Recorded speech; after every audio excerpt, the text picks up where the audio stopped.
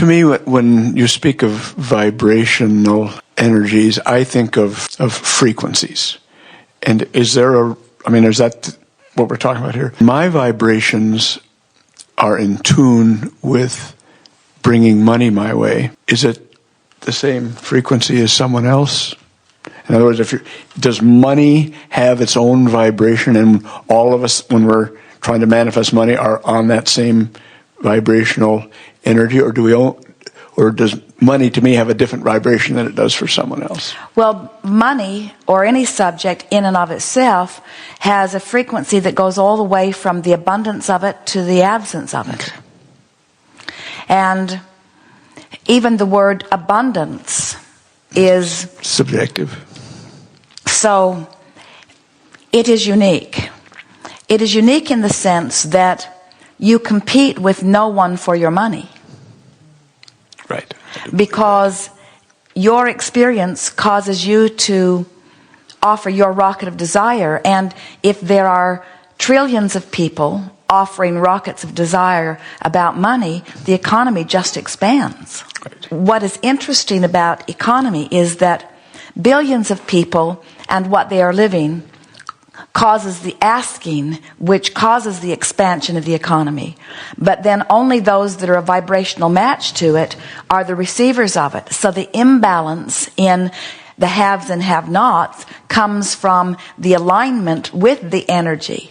But there are a lot of people that are very wealthy that are benefiting by the asking of those who are not yet allowing anything into their experience. And that's why there's so much resentment by the have-nots.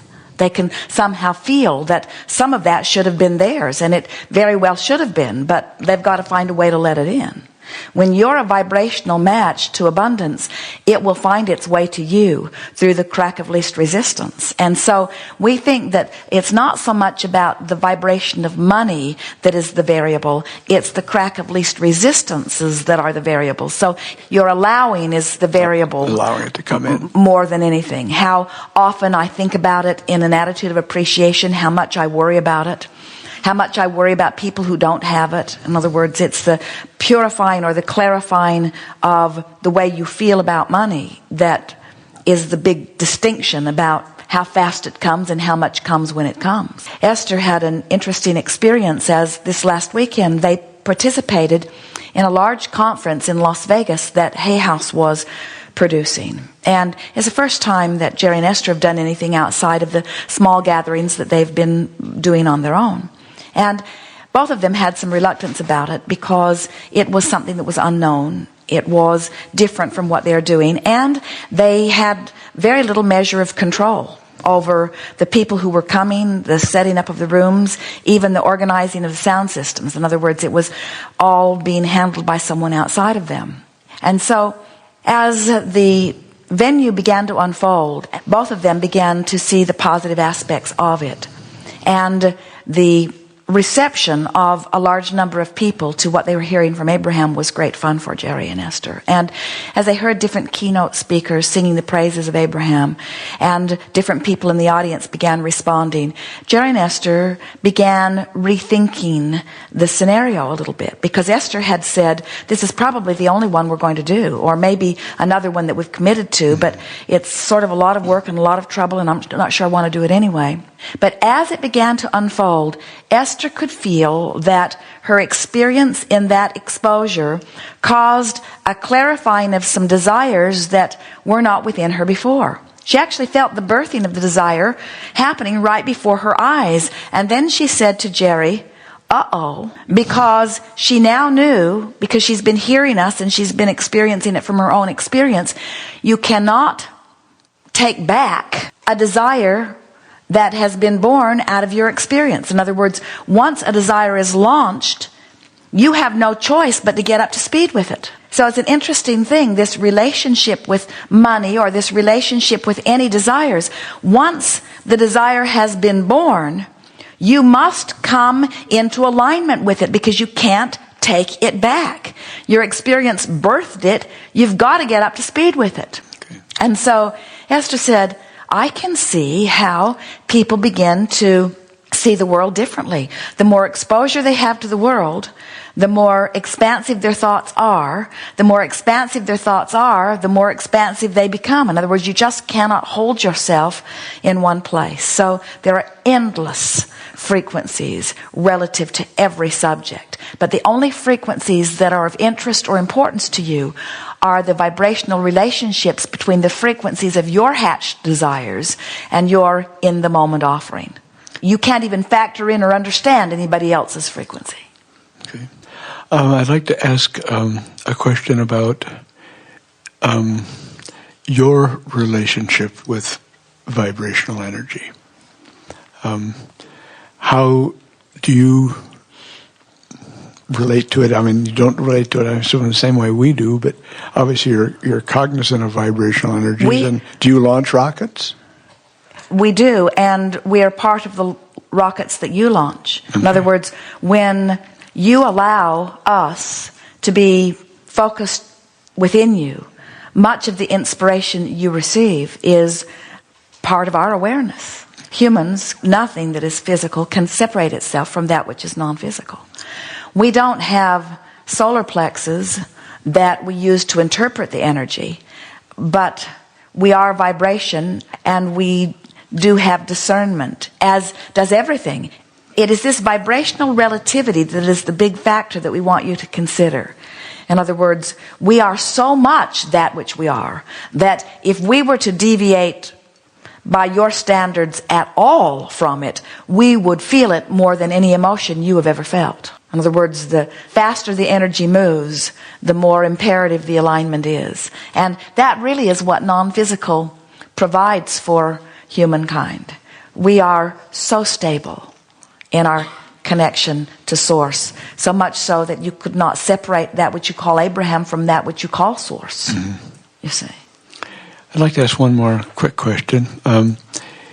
Do you non-physical beings have interactions? Because I know that there are lots of them. Do you have interactions amongst yourself? We don't gather around a big table in the way that you might, but the projection of thought brings us together. There are no boundaries. Law of attraction brings everyone and everything together in what some have referred to as families of consciousness. In other words, within that which we are, there is still latitude and leeway, but we are teachers. We are teachers of teachers. And so we hang around with others who are teachers of teachers. And that is the most satisfying experience for us, because that is the intention that is vibrating most powerfully within us. Okay. Thank you very much. Someone told Esther on Segment of Refreshment that as she is enjoying the aura that is exuding from Esther's body, which is the energy of Abraham, that she actually was able to discern many different figures. And as she looked at them, she noted that by the costumes that they were seeming to wear, that they were from different religious backgrounds. And Esther said, that does not surprise me at all, because I can feel that Abraham is at the hub of all religions, that down there somewhere, someplace within every religion, somewhere was an understanding of that which Abraham is, you see. And so it's all about focus, isn't it? It's all about the activation of something. It's a very broad universe. And we hang around with teachers of teachers that from your physical format might very well surprise you, because the religions on your planet have strayed very far from their beginnings, while that which is truly their beginning is in absolute harmony with every other. At the true heart of every religion is utter compatibility with every other religion. Abraham, if you clarify a little about, do you just totally leave it up to us to do all the wanting, and you just enjoy our wanting? Or do you ever want something that gets manifested somehow? In other words, we want you to fulfill your desires. But do you ever send out rockets of desire? Is that not one? Well, that's just kind of piggybacking on... We want you to know your power. But there's nothing you want for yourselves, because yourselves is ourselves. The flaw in your question is that you are separating yourself from us. Okay, I got it. Your joy is our joy. Your desire is our desire. But you are on the leading edge, and so that's your job. So is the lizard one of us to you? Yes.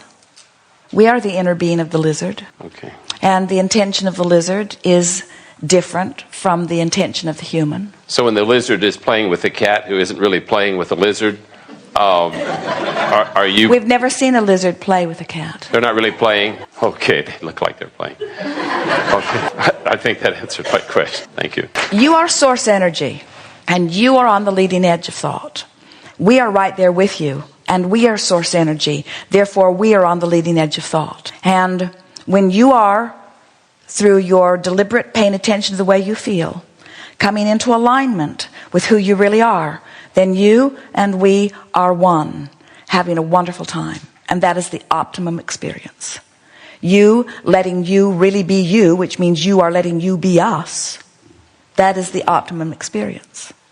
And all of this talk of you and us serves to separate you. And yet, in the beginning, since you think that you are separate from us, we have to have some beginning point. And so we speak of you, and we speak of us, and we speak of you, and we speak of the inner being you.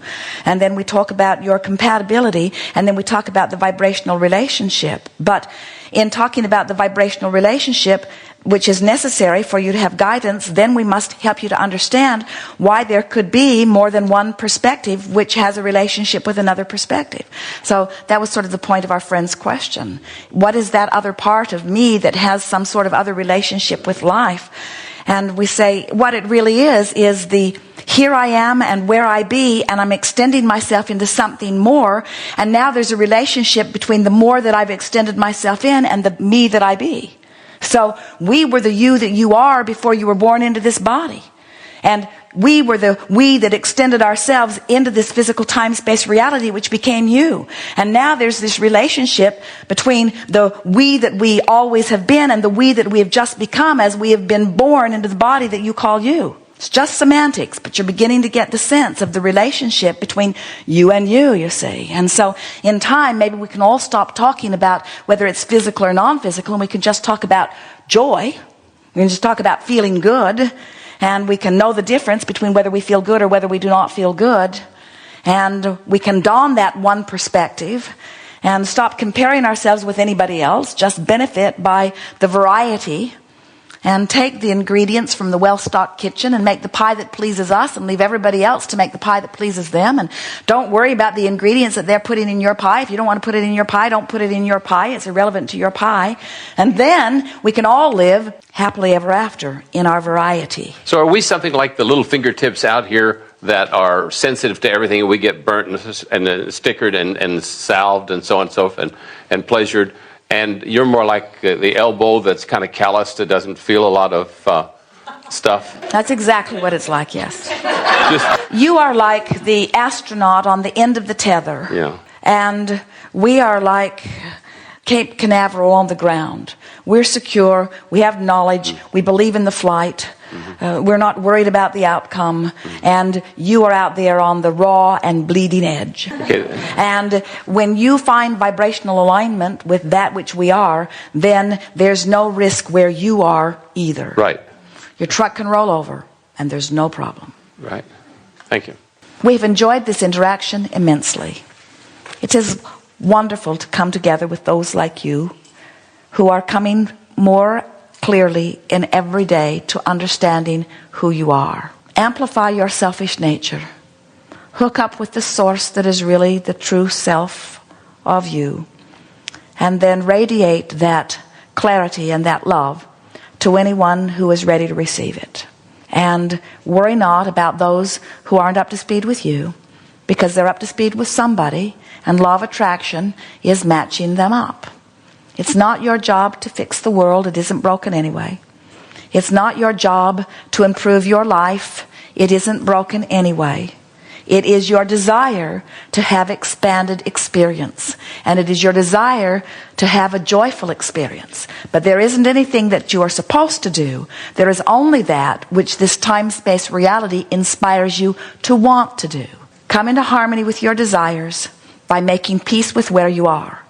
If you'll stop fussing about what's missing in your life, it'll stop being missing.